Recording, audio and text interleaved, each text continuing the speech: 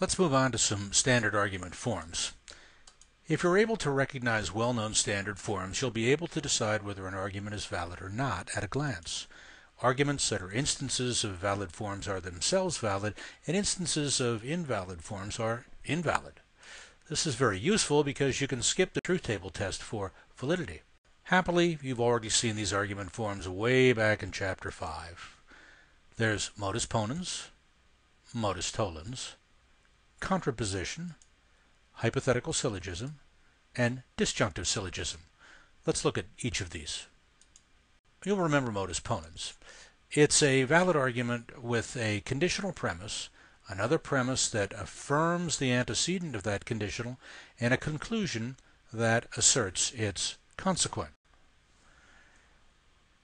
If P, then Q, second premise P, conclusion, therefore Q. And here's an example. If Jones is mayor, then he is a public official. Jones is mayor, so Jones is a public official. Here's Modus Tollens. It's another common valid argument form with two premises, one a conditional and the other a denial of its consequent, and a conclusion that denies the conditional's antecedent. Premise 1, if P then Q. Premise 2, not Q. Conclusion, therefore not P. And here's an example. Harry will graduate in May only if he passes English Lit. He will not pass English Lit. Conclusion, so Harry will not graduate in May. Again, good example of Modus Tollens. Contraposition is an argument form consisting of a single premise that is a conditional and a conclusion that reverses the premise's antecedent and consequent and then denies each. This is what the form looks like. If P then Q, conclusion, therefore, if not Q, then not P. And here's an example. If Anna is a revolutionary, then Anna is opposed to the established order. Conclusion, therefore, if Anna is not opposed to the established order, then Anna is not a revolutionary. Let's move on and take a look at hypothetical syllogism.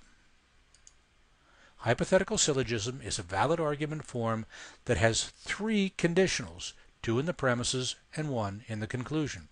You'll discover on a closer look that the form reveals that premise 1's consequent is premise 2's antecedent, and premise 1's antecedent together with premise 2's consequent are, respectively, the antecedent and consequent of the conclusion.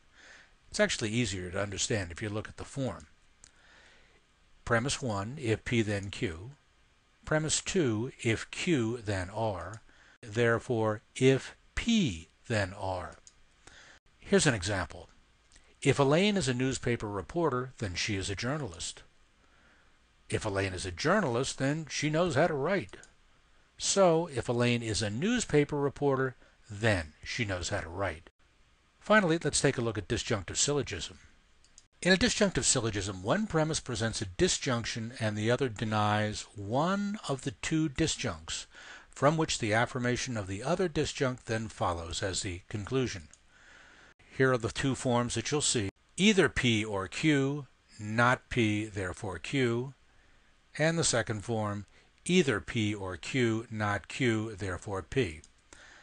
And here's an example. Either my car was towed away by the police or my car was stolen. Second premise, my car was not towed away by the police.